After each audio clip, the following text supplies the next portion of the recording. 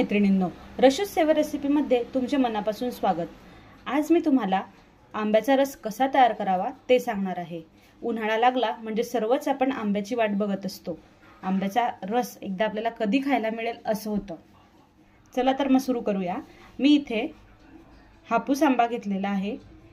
ह्या आंब्याला स्वच्छ मी इथे धुवून घेतलेले आहे आणि आता या आंब्याचे पूर्ण साल काढणार आहे। या प्रकारे आंब्यावरची साल मी काढून घेणार आहे। आता याला व्यवस्थितरित्या चिरून मी ज्युसर मध्ये हे तुकडे टाकत आहे। आता आंब्याचे तुकडे मी हे ज्युसर मध्ये टाकलेले आहे।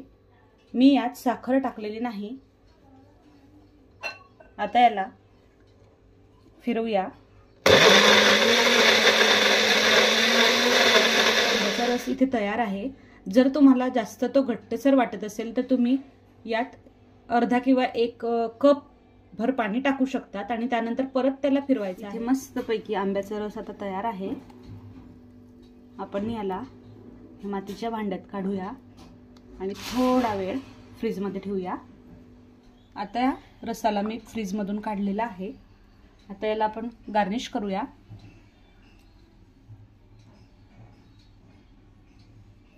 तुम्हाला हवं तसं तुम्ही करू शकता।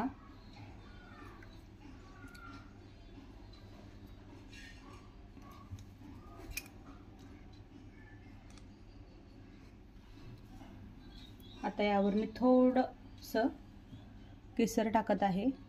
तुम्ही गार्निश साठी काहीही यूज करू शकता। तुमच्याकडे बदाम असेल तर तुम्ही बदामही त्यात टाकू शकता।